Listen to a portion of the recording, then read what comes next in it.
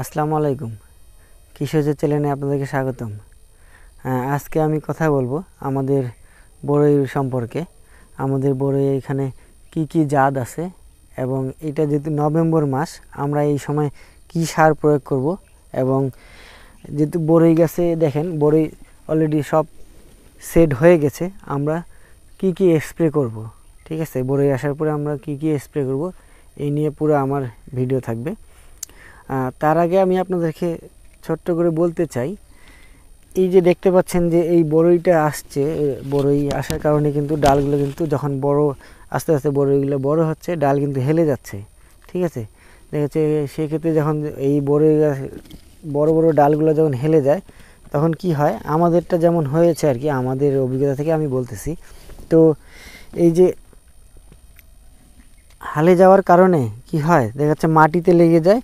মাটিতে লাগার পরে কি হয়, এখানে দেখা যাচ্ছে বিভিন্ন ধরনের এই যে পোকামাকড় দেখা যাচ্ছে, এই তারপরে বিভিন্ন ধরনের এই যে ছত্রাক, এগুলো আক্রমণ বেশি হয়। আবার কি হয়, দেখা যাচ্ছে এই যে ছায়ার মধ্যে ঢুকে গেলে তখন ওই বড়ইটা কিন্তু মানে সাইজে ভালো হয় না, কালারও আসে না, মানে দেখতে একটা মানে অন্যরকম হয়ে যায়।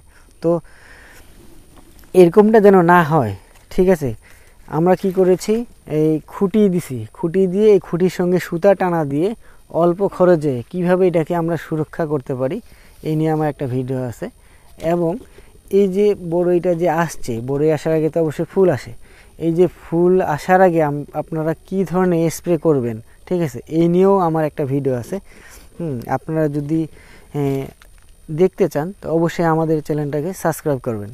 তো চলুন সামনে আমি আপনাদেরকে আরও দেখাই আমাদের গাছে কি পরিমাণে বড়ই সেট হয়েছে এবং আমরা এখন কি সার প্রয়োগ করব এই নিয়ে আমার আরও কথা থাকছে।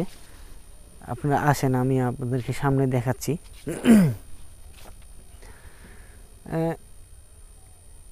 এটা যেহেতু নভেম্বর মাস, আমরা এই সময় সার প্রয়োগ করব, যেহেতু এখন কিন্তু ফুল আর নেই, অলরেডি সব কিন্তু ফল সেট হয়ে গেছে, ঠিক আছে। তো এই যে আসে এইদিকে দেখাই আপনাদেরকে, সামনে আয় বাবু ভাই।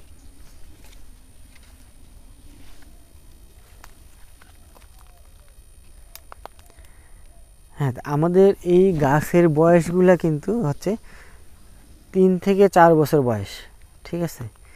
তো আমরা চিন্তা করছি যে এই গাছগুলোতে আমরা 3 থেকে 350 গ্রাম হারে সার দেব, ঠিক আছে। এর পাশাপাশি সারের পাশাপাশি জৈব সার দেব আমরা 5 থেকে 7 কেজি।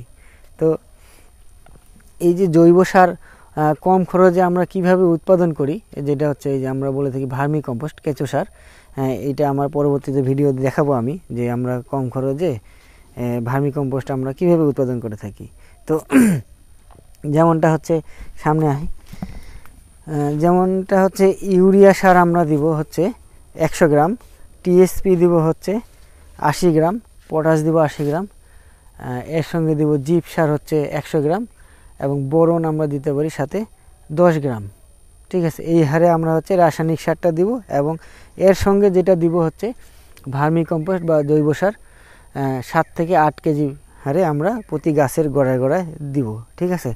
তো এই যে সারগুলো যে প্রয়োগ করব তার মধ্যে হচ্ছে যেটা জৈব সার আমি বলতেছি, এই জৈব সারের কারণ দেওয়ার কারণটা হচ্ছে, মূল কারণ হচ্ছে এই জৈব সার দিলে কিন্তু ফলের অনেক মিষ্টতা বেশি আসে, যার কারণে আমি বারবার বলতেছি যে জৈব সারটা আমরা বেশি পরিমাণে দেব, ঠিক আছে। তো এই হচ্ছে আমার সারের ইয়ে ছিল আর কি, অনুপাতটা ছিল। তো যেহেতু এখন নভেম্বর মাস, এখন কোনো ফুল নেই, তো আমরা এখন যে স্প্রেগুলো করব, ঠিক আছে, আপনাদের সামনে আমি দেখাচ্ছি কি কি স্প্রে করব সেটাও আমি বলতেছি।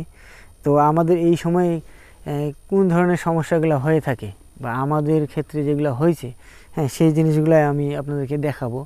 হ্যাঁ, যেমনটাই দেখেন, এই যে একটা পাইছি, এই যে দেখেন বড়ই যখন এরকম দানা চলে আসে তখন কিন্তু এই ধরনের কালো স্পট চলে আসে, ঠিক আছে, এই ধরনের কালো স্পট আসে। এবং এর পাশাপাশি আরও দেখাই আমি আপনাকে, এই যে পাইছি পোকা, দেখেন এখন কি হয়, এই যে সবুজ অংশটা আছে, যে এই সবুজ অংশটা কি করে পোকা কিন্তু খেয়ে ফেলে, ঠিক আছে। এই সবুজ অংশটা খেয়ে ফেলে এবং এই ধরনের স্পট হয়। আবার আরও একটা সমস্যা হয়, সেটাও হচ্ছে দেখাবো আপনাদেরকে। এই এই যে এখানে আছে, এই যে গোড়াগুলো কিন্তু হলুদ হয়ে যায়। সেক্ষেত্রে আপনারা যেটা স্প্রে করবেন, ঠিক আছে, সেই স্প্রেটা এই 3টা সমস্যা কিন্তু এই এক স্প্রেতেই করা যাবে। যেমনটা হচ্ছে আমরা এখানে কার্বনডাজিম ছত্রাকনাশক যে কোনো ধরনের কোম্পানির আমরা কার্বনডাজিম এটা দিব, প্লাস হচ্ছে এর সঙ্গে ম্যানকোজবও দিতে পারি। আর এই যে হলুদ হয়ে গেছে এইটারও কাজ করবে, প্লাস হচ্ছে এই যে স্পটটা যে আসছে এটারও কাজ করবে।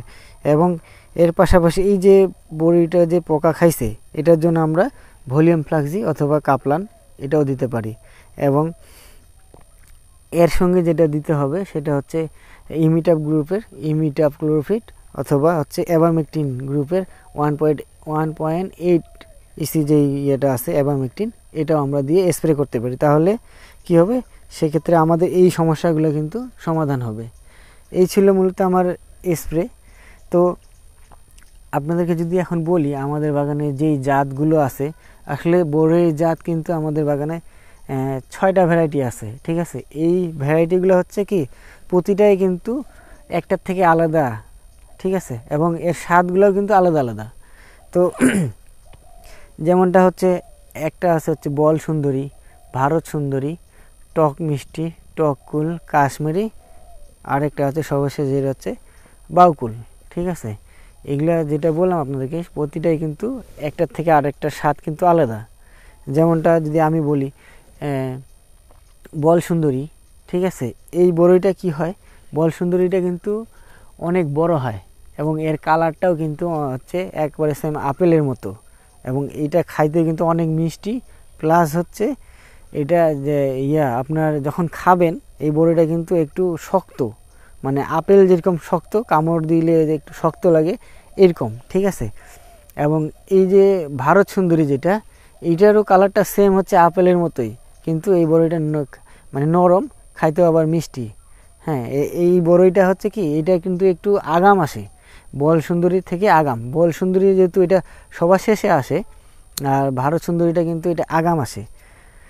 আর আমাদের যেটা আছে টক মিষ্টির কথা যেটা বললাম, এই টক মিষ্টিটা কিন্তু আসলে অনেক মেয়ে মানুষরাই পছন্দ করে এই টক মিষ্টিটা। এই টকটা আপনারা আচারও করে খেতে পারেন, এটা আচারের জন্য অবশ্যই ভালো। আর আমাদের বাগানে সবচেয়ে যেটা আকর্ষণীয় বড়ই হচ্ছে এই টক মিষ্টি। দেখতে পাচ্ছেন অলরেডি কী পরিমাণে ধরে আছে। আমরা যেহেতু 3 বছর ধরে এই বড়ইটা বিক্রি করতেছি, আমাদের অভিজ্ঞতা থেকে আমি বলি, যখন আমরা প্রথমবার নিয়ে যাই তো বাজারে কিন্তু ওইভাবে কিন্তু এই টক মিষ্টিটা আসেনি। তখন কী হয়েছে, টক মিষ্টি দেখে অনেকে দেখছে কিন্তু ওইভাবে চাহিদা ছিল না বা নিচ্ছিল না। পরে যখন পাইকাররা যারা কিনতে আসে ওরা যখন খায়ে দেখছে যে না বইটা অন্যরকম স্বাদ, হ্যাঁ, তখন কি করছে, নিয়ে যায় যখন বাজারে বিক্রি করছে, সেল করছে, পরবর্তীতে ওই কাস্টমাররা আবার আসছে যে ভাই ওই বড়ইটা আছে নাকি। তো তখন কি দেখা গেছে কি যে আড়তদার তখন আমাকে ফোন দেয় যে ভাই আপনার টক মিষ্টি বড়িটা প্রচুর চাহিদা, আপনি যতগুলো বড়ি আছে নিয়ে আসেন। হ্যাঁ, তো তখন আমরা বুঝতে পারলাম যে আসলে এই বাজারে কিন্তু টক মিষ্টির বড়িটা অনেক চাহিদা। হ্যাঁ, তো তখন দেখা গেছে আমাদের যারা পরিচিত ওদেরকেও খাওয়াইছি, ওরা পরবর্তীতে আবারও আসছে বাগান থেকে, আবার এই টক মিষ্টি বড়িটা আসে নেওয়ার জন্য আসছিল। তো এই যে টক মিষ্টি বড়িটা এটা কিন্তু অনেক সুস্বাদু। তো এই বড়িটার হচ্ছে এই স্বাদ ছিল এরকম, প্লাস এইটা অনেক আগাম আসে। হ্যাঁ, এই টক মিষ্টি বড়িটা আগাম আসার কারণে এর কিন্তু বাজারে চাহিদাও বেশি থাকে, প্লাস এর দামও কিন্তু অনেক চড়া থাকে। তো আপনারা যারা বাগান করতে চান তাদের উদ্দেশ্যে আমি বলতে চাই যে আপনারা যারা বাগান করতে চান তারা অবশ্যই বাগান থেকে আপনারা কিন্তু চারা সংগ্রহ করবেন। এই কারণেই বলতেছি যে আমরা কিন্তু এই ধরনের প্রতারিত হয়েছি, কারণ আমরা চারা কিন্তু নার্সারি থেকে যখন আমরা নিয়ে আসছিলাম তখন সেক্ষেত্রে দেখা গেছে যে আমাদের কিন্তু অনেক চারা কিন্তু বিভিন্ন রকমের বিভিন্ন জাতের হয়েছিল, যেগুলো কিন্তু খাইতে অনেক মানে ভালো না, স্বাদ না, প্লাস হচ্ছে গাছ হয় কিন্তু ফল নাই, ঠিক আছে। তো আমাদের কিন্তু পুরা এই দিকে কিন্তু এই বড়ই বাগান ছিল, ঠিক আছে, আমরা কিন্তু অলরেডি এগুলো কেটে ফেলছি, যেমনটা এখানে বিভিন্ন ধরনের জাত ছিল।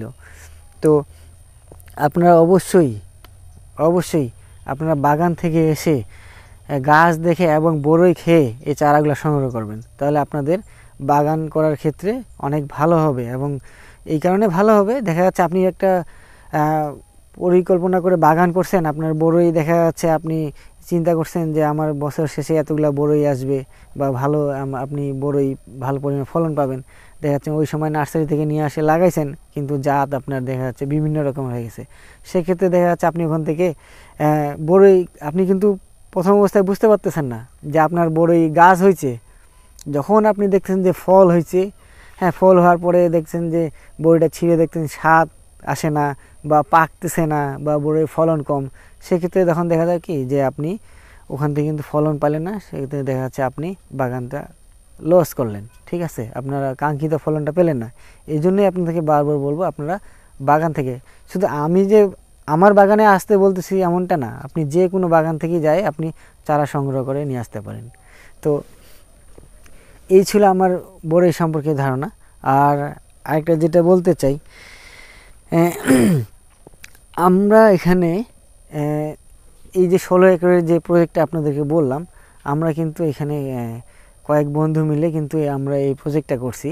তো আমাদের এখানে আরও বিভিন্ন ধরনের ফলমূল আছে, পরবর্তীতে আপনাদের সামনে এগুলো শেয়ার করব। হ্যাঁ, তো এই যে আমাদের কিন্তু মূল লক্ষ্য হচ্ছে আমরা এখান থেকে নিরাপদ ফল এবং সবজি উৎপাদন করা। কারণ কি, আমরা অলরেডি এই কৃষি অধিদপ্তরের সাথে সংযুক্ত আছি এবং এর পাশাপাশি যে এই নিরাপদ ফল ফসল নিয়ে যে ট্রেনিংগুলো হয় এগুলোর সঙ্গে আমরা ট্রেনিং করে আসতেছি। এবং এই যে গ্যাপ, যেটা হচ্ছে গুড এগ্রিকালচার প্র্যাকটিস, হ্যাঁ, ওইটাও আমরা ট্রেনিং করেছি। তো আমরা চাচ্ছি সামনে আপনাদেরকে কিভাবে নিরাপদ ফল এবং সবজি আপনাদেরকে দিতে পারি, এই নিয়ে আমাদের কার্যক্রম চলতেছে। তো আমাদের সঙ্গে অবশ্য এই আমাদের পার্টনারদের মধ্যে দুজন কৃষিবিদও আছে। তো তাদের নিবিড় তত্ত্বাবধানে আমরা এই চেষ্টা করতেছি আপনাদেরকে একটা ভালো যেন নিরাপদ ফল দিতে পারি। ঠিক আছে, তো আপনারা যদি আমাদের ভিডিও দেখে কেউ উপকৃত হন বা আপনাদের যদি ভালো লেগে থাকে, অবশ্যই লাইক, হ্যাঁ, এবং সাবস্ক্রাইব করবেন। হ্যাঁ, আর যদি আপনাদের কোনো কিছু বলার থাকে অবশ্যই আপনারা কমেন্টের মধ্যে জানাবেন, আমরা অবশ্যই আপনাদের কথাগুলি উত্তর দেওয়ার চেষ্টা করব। তো আজ এই পর্যন্তই, ভালো থাকবেন। আসসালামু আলাইকুম।